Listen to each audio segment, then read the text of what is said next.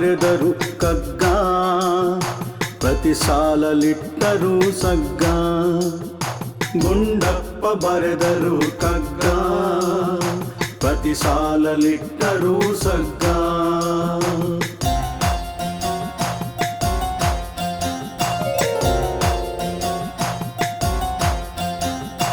ಕನ್ನಡದ ಕೈಪಿಡಿಯು ಕಗ್ಗ, ಬದುಕಿಗೆ ಪಾಠವಿದು ಕಗ್ಗ.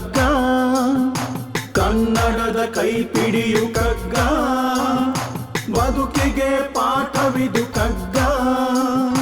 ಮೌಲ್ಯಗಳ ತಿಳಿಸುವುದು ಕಗ್ಗ, ಅರಿತರೆ ಬಾಳೆಲ್ಲ ಸ್ವರ್ಗ. ಗುಂಡಪ್ಪ ಬರೆದರು ಕಗ್ಗ, ಪ್ರತಿ ಸಾಲಲಿಟ್ಟರು ಸಗ್ಗ.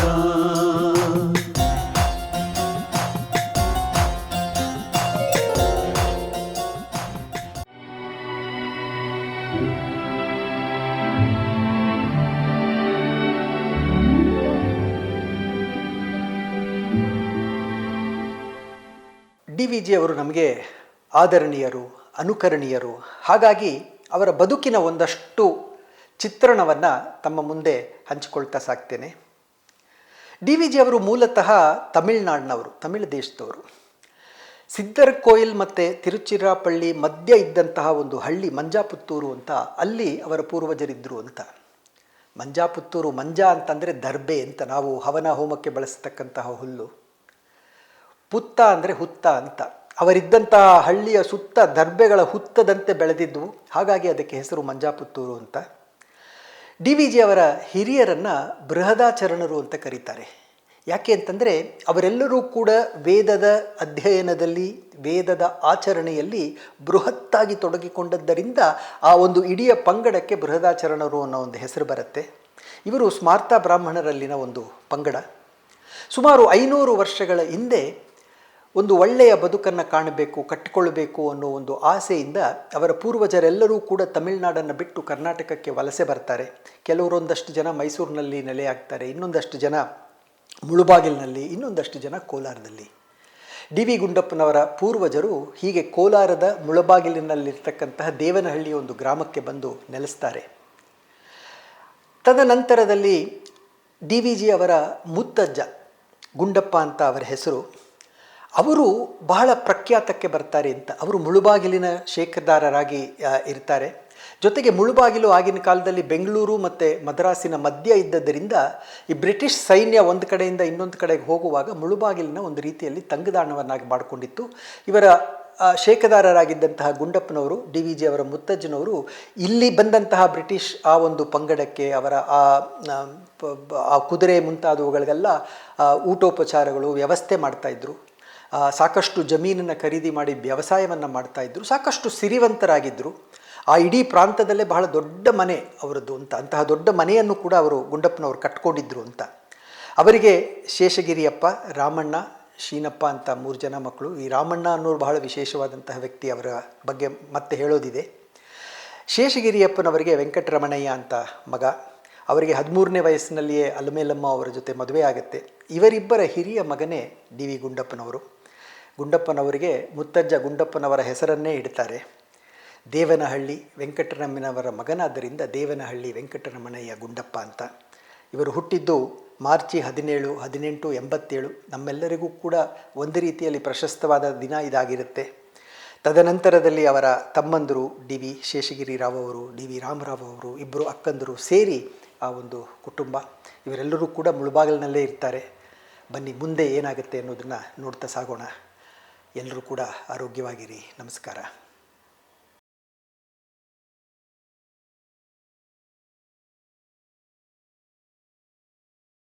ಹಳೆಯ ಭಕ್ತಿ ಶ್ರದ್ಧೆ ಅಳಿಸಿ ಹೋಗಿವೆ ಮಾಸಿ, ಸುಳಿದಿಲ್ಲವಾವ ಹೊಸ ದರ್ಶನದ ಹೊಳಪು. ಹಳೆಯ ಭಕ್ತಿ ಶ್ರದ್ಧೆ ಅಳಿಸಿ ಹೋಗಿವೆ ಮಾಸಿ, ಸುಳಿದಿಲ್ಲವಾವ ಹೊಸ ದರ್ಶನದ ಹೊಳಪು. ಪಳಗಿದ್ದ ಮನೆ ಬಿದ್ದ ಕುಂಟ ಕುರುಡನ ತೆರದಿ ಪಳಗಿದ್ದ ಮನೆ ಬಿದ್ದ ಕುಂಟ ಕುರುಡನ ತೆರದಿ ತಳಮಳಿಸುತ್ತಿದೆ ಲೋಕ ಮಂಕುತಿಮ್ಮ ತಳಮಳಿಸುತ್ತಿದೆ ಲೋಕ ಮಂಕುತಿಮ್ಮ ತಳಮಳಿಸುತ್ತಿದೆ ಲೋಕ ಮಂಕುತಿಮ್ಮ. ಭಗವತೆ ರುದ್ರಾಯ ನಮಸ್ತೆ ರುದ್ರಮನ್ಯವ ಉತೋತ ಇಷವೇ ನಮಃ ನಮಸ್ತೆ ಅಸ್ತು ಧನ್ವನೆ ಬಾಹುಭ್ಯಾಮುತತೆ ನಮಃ ಯಾತ ಇಷು ಶಿವತಮ ಶಿವಂ ಬಭೂವತೆ ಧನುಃ ಶಿವಾ ಶರವ್ಯಾಯ ತವ ತಯ್ಯನೋ ರುದ್ರಮೃಡಯ ಯಾತೆ ರುದ್ರ ಶಿವ ತನೂರ ಘೋರ ಪಾಪಕಾಶಿನಿ ತಯಾ ನಸ್ತನುವ ಶಂತಮಯ ಗಿರಿಶಂತಾಭಿಚಾಕಶೀಃ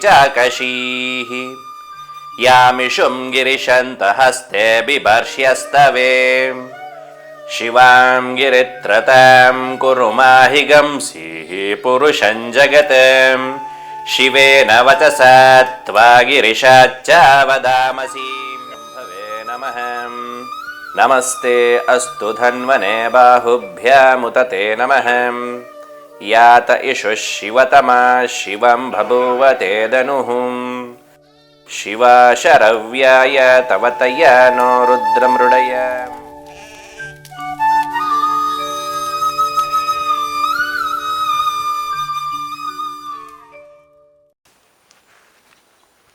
ಅಮ್ಮ ನಾ ಹೊರಟೆ. ಈ ಅಪ್ಪಂಗಿ ಹುಚ್ಚದು ಯಾವಾಗ ಬಿಡುತ್ತೋ, 3 ಹೊತ್ತು ದೇವರು ದಿಂಡ್ರು ಅಂತಲೇ ಕಾಲ ಹಾಕ್ತಿದ್ದಾರೆ. ಅದೇನು ಗುಣಗ್ತಾ ಇದೆಯಾ? ಸ್ವಲ್ಪ ಅರ್ಥ ಆಗೋವಾಗ ಹೇಳು. ಏನಿಲ್ಲ, ನಂಗೆ ಲೇಟ್ ಆಯಿತು, ನಾ ಹೊರಡ್ತೀನಿ. ನಿಂತ್ಕೊಳ್ಳೋ.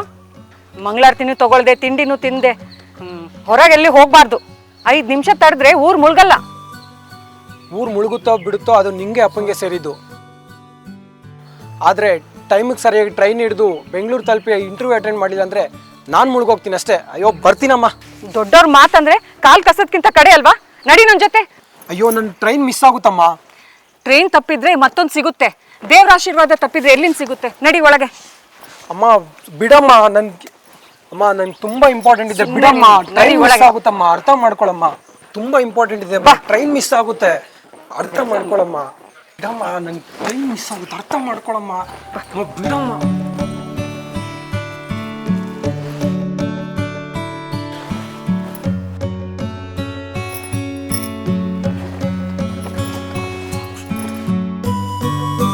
ನಿನ್ನ ದೇವ್ರನ್ನ ನಂಬದೇ ಇದ್ರೂ ಪರವಾಗಿಲ್ಲ, ಆದರೆ ನಿನ್ನನ್ನು ಪ್ರೀತಿಸೋರ್ ಮನಸ್ಸನ್ನ ನೋಯಿಸ್ಬೇಡ.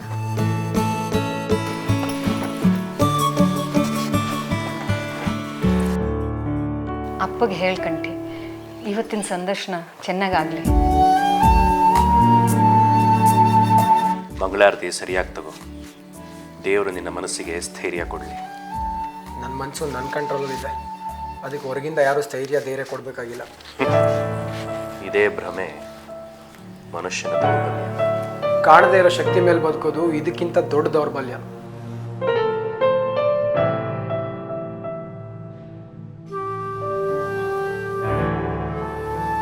ಕ್ಷಮಿಸಿ, ನಮ್ಮ ಕೈಲ್ ಕಡೆ ಕೈ ಹಾಕೋನಲ್ಲ ನಾನು. ಬರ್ತೀನಿ.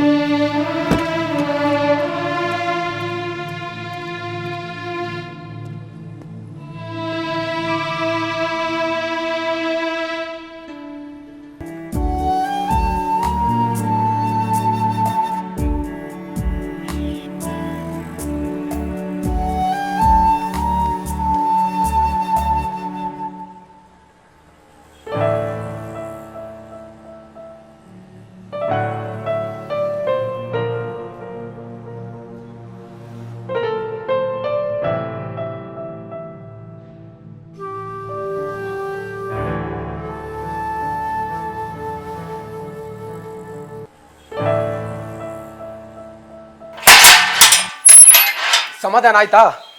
ಇಬ್ಬರಿಗೂ ತಮ್ಮಗೆ ಹಾಲು ಕುಡ್ದಷ್ಟು ಸಂತೋಷ ಸಮಾಧಾನ ಆಯ್ತಾ? ಏನಾಯ್ತು? ಏನಾಗ್ಬೇಕಾ? ಟೈಮಿಗೆ ಸರಿಯಾಗಿ ಹೋಗಕ್ಕೆ ನೀವು ಬಿಡ್ಲಿಲ್ಲ.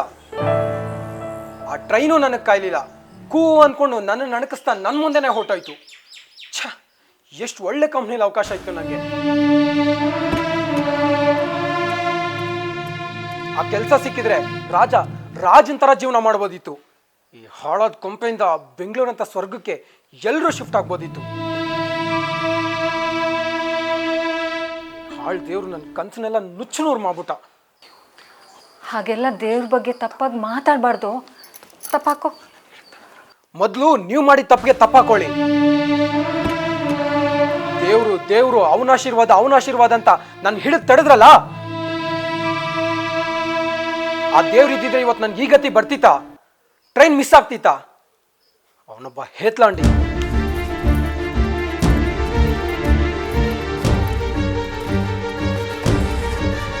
ಕಣ್ಣಿಗೆ ಕಾಣಿಸ್ದೆ ನಿಮ್ಮಂತವ್ರ ಮನ್ಸಲ್ಲಿ ಕುತ್ಕೊಂಡು ಎಲ್ರಿಗೂ ಹೆದರಿಸಿ ಕಂಟ್ರೋಲ್ ಮಾಡ್ತಿದ್ದಾನೆ. ಬೇಡಪ್ಪ, ನಮಗ್ ಬೈದ ಹಾಗೆ ದೇವ್ರಿಗೆ ಬೈಬೇಡ. ನಮಗ್ ಬೈದಿದ್ದು ಗಾಳಿಲಿ ಕರ್ಗೋಗುತ್ತೆ, ಆದ್ರೆ ಆ ದೇವ್ರಿಗೆ ಬೈದಿದ್ದು ಗಾಳಿಲಿ ಕರ್ಗ ಹೋಗಲ್ಲಪ್ಪ. ಕರಗದ ಇದ್ರೇನು? ಅವ್ನ್ ಕಿವಿ ಮುಟ್ಟುತ್ತೇನು? ಮುಟ್ಲಿ ಬಿಡು. ಕಡೆ ಪಕ್ಷ ಅವಾಗ್ಲಾದ್ರೂ ನನ್ನ ಪ್ರಶ್ನೆಗೆಲ್ಲ ಉತ್ತರ ಕೊಡ್ತಾನೆ. ಅಲ್ಲಪ್ಪ, ಗಾಳಿ ಜೊತೆ ಗುದ್ದಾಡಿ ಏನು ಪ್ರಯೋಜನ ಇಲ್ಲ, ಬಿಟ್ಬಿಡು. ಕೋಪದಲ್ಲಿರೋ ಮನುಷ್ಯನ ಮಾತಿಗೆ ಅರ್ಥ ಹುಡುಕೋದ್ರಲ್ಲಿ ಯಾವುದೂ ಅರ್ಥ ಇಲ್ಲ.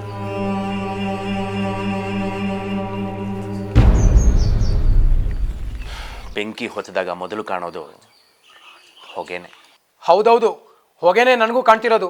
ಆದ್ರೆ ಅದರಲ್ಲಿ ನಿಮ್ ದೇವ್ರು ಮಾತ್ರ ಕಾಣ್ತಿಲ್ಲ. ದೇವರ ಮೇಲೆ ನಂಬಿಕೆ ಇದ್ದವನು ಅವನನ್ನು ಪ್ರಶ್ನಿಸಲೂಬಾರ್ದು, ಆಕ್ಷೇಪಣೆನೂ ಮಾಡಬಾರ್ದು.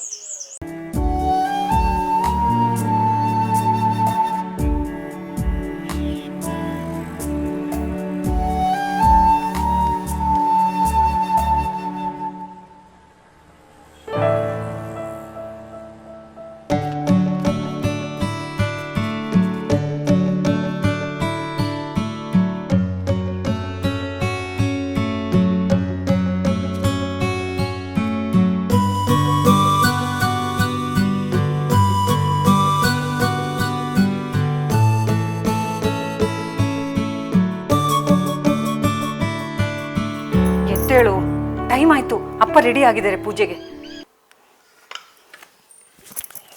ಎದ್ದೇಳು. ಅಯ್ಯೋ ಏನಮ್ಮ, ಹೇಳ್ತೀನಿ ಬಿಡು. ಏನ್ ಅಷ್ಟೊಂದು ಅರ್ಜೆಂಟು? ಯಾಕಪ್ಪ ಸಿಟ್ಟಾಗ್ತೀಯ? ನಿನಗೆ ಒಳ್ಳೇದಾಗ್ಲಿ ಅಂತಾನೆ ಆ ದೇವ್ರನ್ನ ನಂಬು, ದೇವ್ರ ಆಶೀರ್ವಾದ ತಗೋ ಅಂತ ಹೇಳೋದು. ಬೆಳಗ್ಗೆ ಅದೇ ಹಾಡೋ ಅದೇ ರಾಗ ನಿಂದು. ಇಡೀ ರಾತ್ರಿ ನಿದ್ದೆ ಮಾಡದೆ ನನ್ನ ತಲೆ ಧಿಮ್ ಅಂತಿದೆ.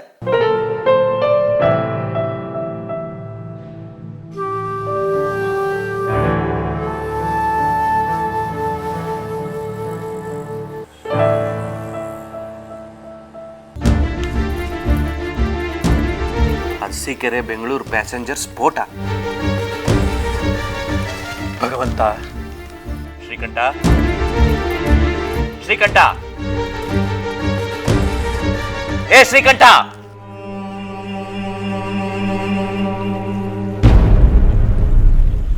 ಇದೇ ಟ್ರೈನಲ್ಲಿ ತಾನೆ ನೀನು ಬೆಂಗಳೂರಿಗೆ ಪ್ರಯಾಣ ಬೆಳೆಸಿ ಇಂಟರ್ವ್ಯೂ ಅಟೆಂಡ್ ಮಾಡಿ ಕೆಲಸ ಗಿಟ್ಟಿಸ್ಕೊಂಡು ನಮ್ಮನ್ನೆಲ್ಲ ಅಲ್ಲಿ ಕರೆಸ್ಕೊಂಡು ರಾಜನ್ ತರ ಸೆಟ್ಲ್ ಆಗ್ಬೇಕು ಅನ್ಕೊಂಡಿದ್ದು. ಆಮೇಲೆ ಅದು ಕೈ ತಪ್ಪಿತ್ತು, ಪರಿತಪ್ಪಿಸಿತ್ತು. ಹೌದು, ಇಡೀ ರೈಲು ಸುಟ್ಟು ಭಸ್ಮ ಆಗೋಗಿದ್ಯಂತಲ್ಲೋ. ಒಬ್ರು ಕೂಡ ಉಳಿದಿಲ್ವಂತೆ. ಅಯ್ಯೋ ಶಿವನೇ, ಇವನೇನಾದ್ರೂ ಆ ಟ್ರೈನಲ್ಲಿ ಹೋಗಿದ್ದಿದ್ರೆ ಇವನ್ ಗತಿ ಏನಾಗ್ತಿತ್ತು? ಆ ದೇವ್ರೆ ಇವನು ಆ ಟ್ರೈನಲ್ಲಿ ಹೋಗದೆ ಇರೋ ಹಾಗೆ ಮಾಡಿ ಇವನ್ ಜೀವ ಉಳಿಸ್ಬಿಟ್ಟ. ಎಲ್ಲ ದೇವ್ರ ಕೃಪೆ. ಅಯ್ಯೋ ಅಮ್ಮ, ಮತ್ತೆ ದೇವ್ರ ಮಧ್ಯೆ ತರಬೇಡ. ಇದರಲ್ಲಿ ಯಾವ ದೇವ್ರ ಕೃಪೆನೂ ಇಲ್ಲ. ಇದು ಸುಮ್ಮನೆ ಕೋಇನ್ಸಿಡೆನ್ಸ್ ಅಷ್ಟೇ. ಆಹಾ, ಮತ್ತೆ ನಿನ್ನೆವರೆಗೂ ಆ ಟ್ರೈನ್ ತಪ್ಪಿದ್ದಕ್ಕೆ ಆ ದೇವರೇ ಕಾರಣ ಅಂತ ಬಾಯಿಗೆ ಬಂದಾಗ ಬೈತಿದ್ದೆ. ಆಗ ನಿನ್ಗೆ ಅನ್ಸ್ಲಿಲ್ವಾ ಅದು ಕೋಇನ್ಸಿಡೆನ್ಸ್ ಅಂತ? ನಂಬಿಕೆ ಇರೋರ್ಗೆ ದೈವ, ಇಲ್ದೇ ಇರೋರ್ಗೆ ಕಾಕತಾಳೀಯ. ಯಾವುದನ್ನ ಕಾಕತಾಳೀಯ ಅಂತ ಹೇಳ್ತಿದ್ಯೋ ಅದು ನಮಗೆ ವಿಧಿ. ದುರ್ಬಲ ಮನಸ್ಸುಗಳಿಗೆ ದೇವ್ರು, ವಿಧಿ, ಶಕ್ತಿ ಅಂತ 100 ಹೆಸರುಗಳು ಬೇಕು. ಸೋತಾಗ ದೇವರನ್ನ ದೂಷಿಸೋದು ಸುಲಭ, ಗೆದ್ದಾಗ ನೆನಪಿಸ್ಕೊಳ್ಳೋದು ಕಷ್ಟ. ನಿನ್ನಂತವ್ರಿಗೆ ಯಾವತ್ತೂ ತನ್ನ ಗೆಲುವಿಗೆ ತಾನೇ ತಂದೆ, ಸೋಲಿಗೆ ಮಾತ್ರ ದೇವರ ತಂದೆ ಅಲ್ವಾ? ನೋಡ್ತಾ ಇರಿ, ಇವತ್ತಲ್ಲ ನಾಳೆ ದೇವ್ರು ಇಲ್ಲ ಅಂತ ನಿಮ್ ಕಣ್ ಮುಂದೆನೆ ಪ್ರೂವ್ ಮಾಡ್ತೀನಿ. ಸಂತೋಷ ಕಂಟಿ. ಯಾಕಂದ್ರೆ ಸತ್ಯ ಹುಡುಕ್ತಾ ಹೋದವನು ಒಂದು ದಿನ ಸತ್ಯದ ಪಾದಕ್ಕೆ ತಲುಪ್ತಾನೆ.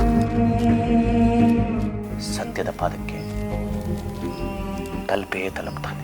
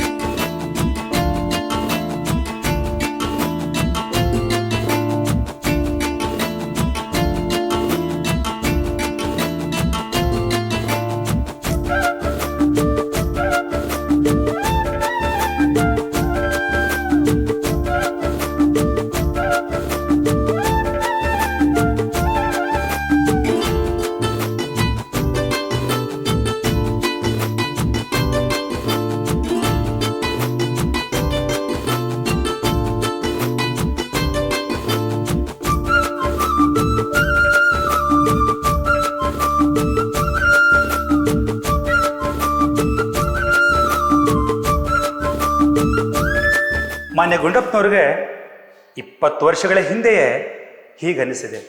ಹಳೆಯ ಶ್ರದ್ಧೆ ಭಕ್ತಿಗಳು ಅಳಿಸಿ ಹೋಗಿವೆ ಮಾಸಿ ಅಂತ ಅವರು ಬರೀತಾರೆ. ಆದರೆ ಇವತ್ತು ಇಂದಿನ ಕಾಲಘಟ್ಟದಲ್ಲಿ ನಾವು ನೋಡಿದಾಗೆ ಭಾಳ ನೋವಾಗಲೇಬೇಕಾಗ್ತದೆ. ಯಾಕಂದರೆ ಸುಳಿದಿಲ್ಲವಾವ ಹೊಸ ದರ್ಶನದ ಹೊಳಪು. ಹಳೆಯ ಶ್ರದ್ಧೆ ಭಕ್ತಿಗಳನ್ನು ಕೂಡ ನಾವು ಪಾಲನೆ ಮಾಡ್ಕೊಂಡು ಬರ್ತಾ ಇಲ್ಲ. ಹಾಗೆಯೇ ನಮ್ಮ ಮಕ್ಕಳಿಗೂ ಕೂಡ ನಾವು ಹೇಳ್ಕೊಡುವಂಥ ಸ್ಥಿತಿಗೆ ನಾವು ಇಲ್ಲ.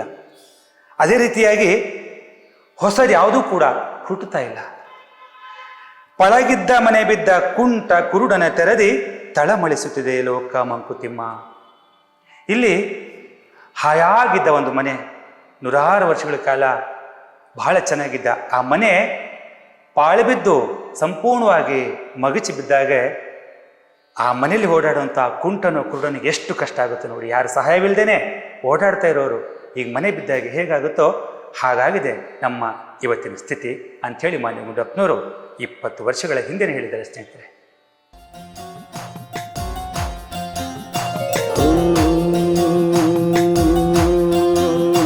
ಗುಂಡಪ್ಪ ಬರೆದರು ಕಗ್ಗ, ಪ್ರತಿ ಸಾಲಲಿಟ್ಟರು ಸಗ್ಗ.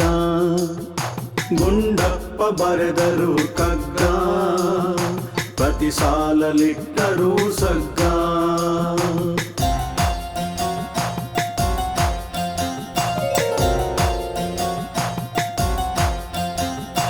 ಕನ್ನಡದ ಕೈಪಿಡಿಯು ಕಗ್ಗ, ಬದುಕಿಗೆ ಪಾಠವಿದು ಕಗ್ಗ. ಕನ್ನಡದ ಕೈಪಿಡಿಯು ಕಗ್ಗ, ಬದುಕಿಗೆ ಪಾಠವಿದು ಕಗ್ಗ. ಮೌಲ್ಯಗಳ ತಿಳಿಸುವುದು ಕಗ್ಗ, ಅರಿತರೆ ಬಾಳೆಲ್ಲ ಸ್ವರ್ಗ. ಗುಂಡಪ್ಪ ಬರೆದರು ಕಗ್ಗ, ಪ್ರತಿ ಸಾಲಲಿಟ್ಟರು ಸಗ್ಗ.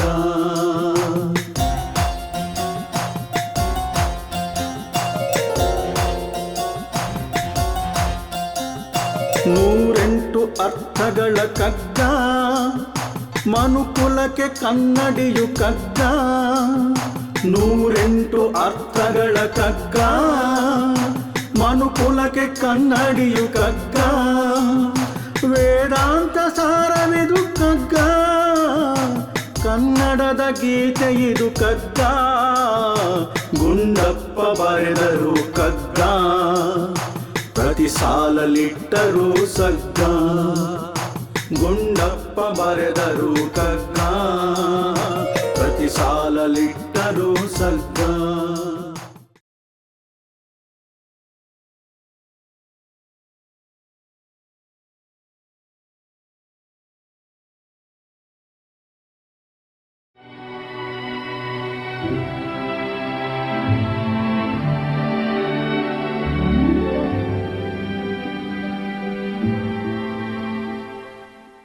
ಸಮಾರಂಭ ಎಲ್ಲೇ ಇರಲಿ ಸೀಮಂತದಿಂದ ಮದುವೆವರೆಗೂ ಯಾವುದೇ ಆಗಿರಲಿ, ನಿಮ್ಮ ಕನಸನ್ನು ನನಸು ಮಾಡಲು ನಾವಿದ್ದೇವೆ.